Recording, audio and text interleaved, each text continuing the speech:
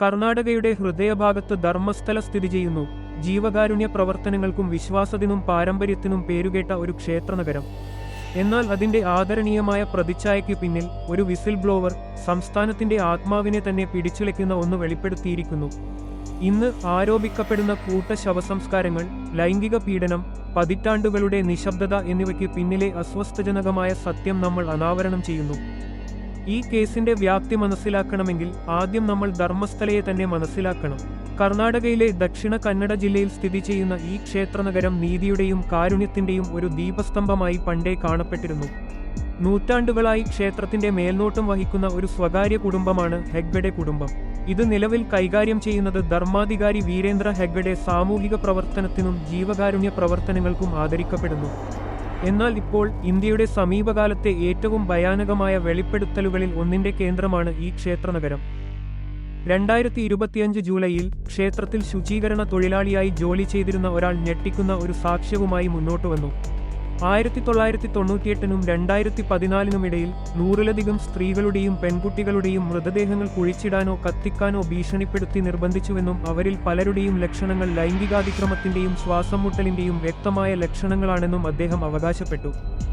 നേത്രാവതി നദിക്ക് സമീപവും ആളൊഴിഞ്ഞ വനപ്രദേശങ്ങളിലും പലപ്പോഴും രാത്രിയുടെ മറവിൽ ശവക്കുഴികൾ കുഴിക്കുന്നതിനെക്കുറിച്ച് അദ്ദേഹം വിവരിച്ചു. ഇതിന് ഉത്തരവിട്ട ആളുകൾ ശക്തരാണെന്ന് അദ്ദേഹം പറഞ്ഞു. ആ ഭയം തന്നെ ഇതുവരെ നിശബ്ദനാക്കിയിരുന്നു. തെളിവായി അദ്ദേഹം അസ്ഥികൂട അവശിഷ്ടങ്ങൾ കൊണ്ടുവന്നു. ഇത് വെറും സംസാരമായിരുന്നില്ല.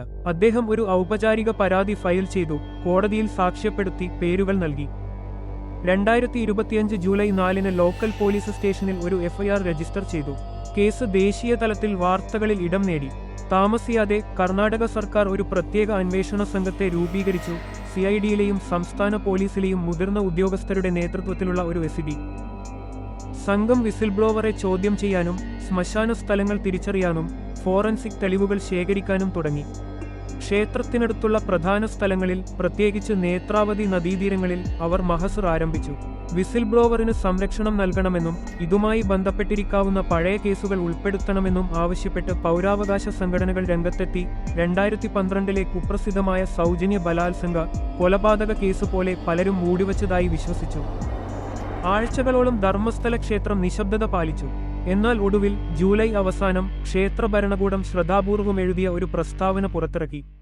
നീതിയുക്തവും സുതാര്യവുമായ അന്വേഷണത്തെ സ്വാഗതം ചെയ്യുന്നതായും ഒന്നും മറച്ചുവെക്കാനില്ലെന്നും അവർ പറഞ്ഞു. എന്നാൽ തിരശീലയ്ക്ക് പിന്നിൽ നിയമനടപടികൾ നടന്നുകൊണ്ടിരുന്നു. കേസുമായി ബന്ധപ്പെട്ട യൂട്യൂബ് വീഡിയോകൾ, സോഷ്യൽ മീഡിയ പോസ്റ്റുകൾ, സ്വതന്ത്ര ലേഖനങ്ങൾ എന്നിവയുൾപ്പെടെ 8800-ലധികം ഓൺലൈൻ ലിങ്കുകൾ നീക്കം ചെയ്യാൻ ഉത്തരവിട്ടുകൊണ്ട് ബംഗളൂരു സിവിൽ കോടതി ഒരു എക്സ് പാർട്ട് ഇഞ്ചക്ഷൻ പുറപ്പെടുവിച്ചു. വിമർശകർ ഇതിനെ ഒരു തമാശ ഉത്തരവ് എന്ന് വിളിച്ചു. സ്വതന്ത്ര ശബ്ദങ്ങളെ നിശബ്ദമാക്കാനുള്ള ശ്രമം. തേർഡ് ഐ എന്ന ഒരു മാധ്യമ സ്ഥാപനം സംസാര സ്വാതന്ത്ര്യം ആവശ്യപ്പെട്ട് കർണാടക ഹൈക്കോടതിയെ സമീപിച്ചു. ഇതൊരു ക്ഷേത്രത്തെക്കുറിച്ച് മാത്രമല്ല, ഇത് അധികാരത്തെക്കുറിച്ചാണ്, നിശബ്ദതയെക്കുറിച്ചും പതിറ്റാണ്ടുകളായി ആരോപിക്കപ്പെടുന്ന ലൈംഗിക ചൂഷണത്തെയും മൂടിവെക്കലുകളെയും കുറിച്ച്. വിസിൽ ബ്ലോവർ പറയുന്നത് ശരിയാണെങ്കിൽ ഇതിൽ ഇവ ഉൾപ്പെടാം. പരിഹരിക്കപ്പെടാത്ത ഡസൻ കണക്കിന് മരണങ്ങൾ, സ്ത്രീകൾക്കും പെൺകുട്ടികൾക്കും നേരെയുള്ള വ്യവസ്ഥാപിതമായ പീഡനം, തെളിവുകൾ ഇല്ലാതാക്കാനുള്ള മനഃപൂർവമായ ശ്രമം, ക്ഷേത്രത്തിന്റെ പ്രശസ്തി, സമൂഹത്തിന്റെ വിശ്വാസം, കർണാടകയുടെ ധാർമ്മിക മനസാക്ഷി എന്നിവയെല്ലാം അപകടത്തിലാണ്. അന്വേഷണം തുടരുമ്പോൾ വേട്ടയാടുന്ന നിരവധി ചോദ്യങ്ങൾ അവശേഷിക്കുന്നു. ആരായിരുന്നു ഈ സ്ത്രീകൾ? എന്തിനാണ് അവർ കൊല്ലപ്പെട്ടത്?